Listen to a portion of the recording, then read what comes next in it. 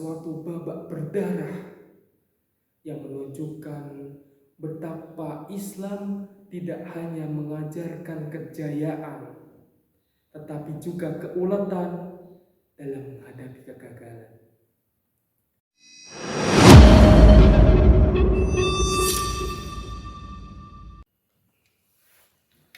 Assalamualaikum warahmatullahi wabarakatuh. Alhamdulillahi ala ihsanih wa syukru lahu ala taufiqihi wa amtinani wassalatu wassalamu ala rasulihi ad-da'i ila ridwani amma ba'du. Ahibati fillah, sirah nabawiyah membawa kita pada perjalanan mendebarkan melalui medan peperangan yang penuh tantangan dan ujian keimanan. Perang Uhud adalah suatu babak berdarah yang menunjukkan betapa Islam tidak hanya mengajarkan kejayaan, tetapi juga keuletan dalam menghadapi kegagalan.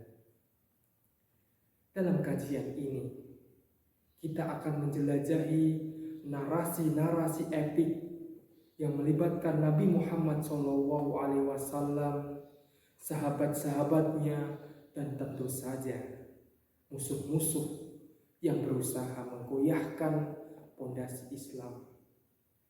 Perang Uhud menghadirkan kita pada momen-momen ketegangan, keberanian, dan pengorbanan yang merajut jalinan kesetiaan antara kaum muslimin.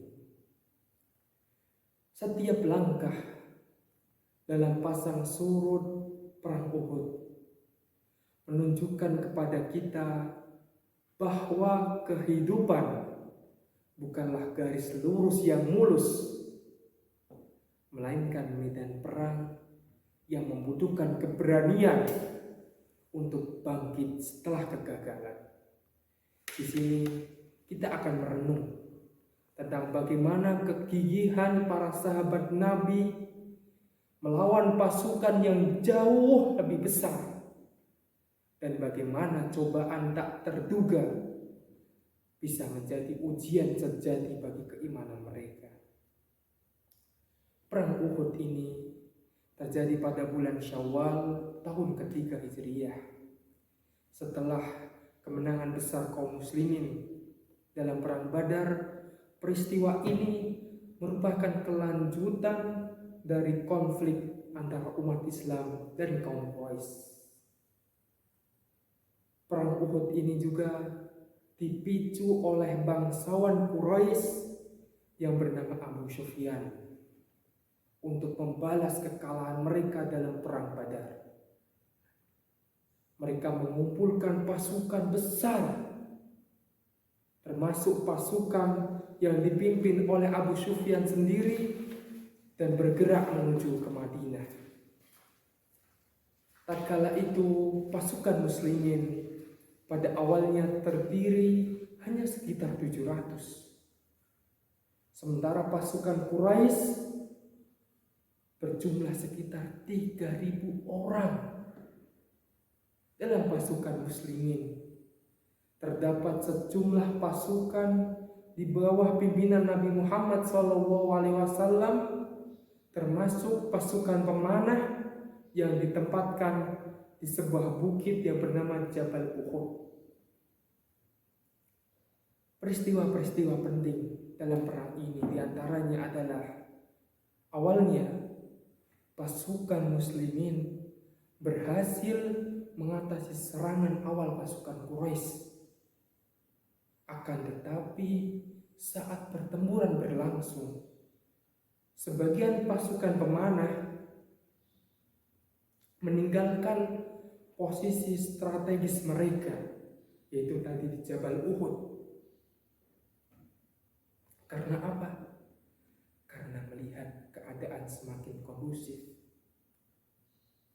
Kemudian hal ini dimanfaatkan oleh pasukan Quraisy yang kemudian melakukan serangan dari belakang. Serangan mendadak ini pun menyebabkan kekacauan di pihak muslimin, dan Nabi Muhammad SAW mengalami luka yang sangat serius meskipun terjadi kekacauan. Beberapa pasukan kaum muslimin tetap bertahan dan alhamdulillah berhasil membentuk barisan pertahanan. Setidaknya kita telah mengerti dari peristiwa-peristiwa penting yang kita sebutkan apa yang dihasilkan dari perang Uhud ini. Ya, perang Uhud ini berakhir dengan hasil yang kurang menguntungkan bagi kaum muslimin.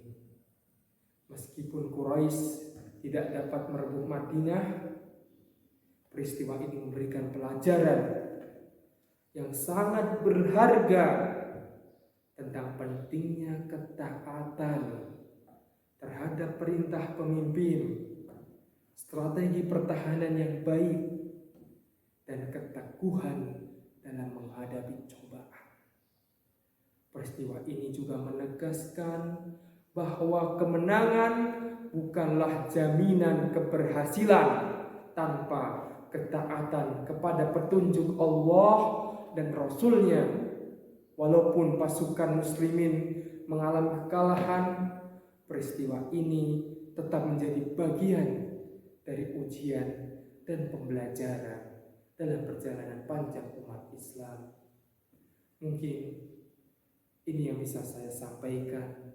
Semoga bermanfaat dan kita bisa mengambil faedah yang sangat besar dari perang Uhud ini, atau mungkin kita juga bisa mendalami faedah-faedah secara terperinci dari perang Uhud ini. Semoga Allah SWT berikan kita kemudahan, dan juga semoga Allah SWT selalu memberikan kita pertolongan serta keberkahan dimanapun kita berada, serta kapanpun itu waktunya. Jazakumullahu khairan katsiran wa barakallahu fiikum. Wassalamualaikum warahmatullahi wabarakatuh.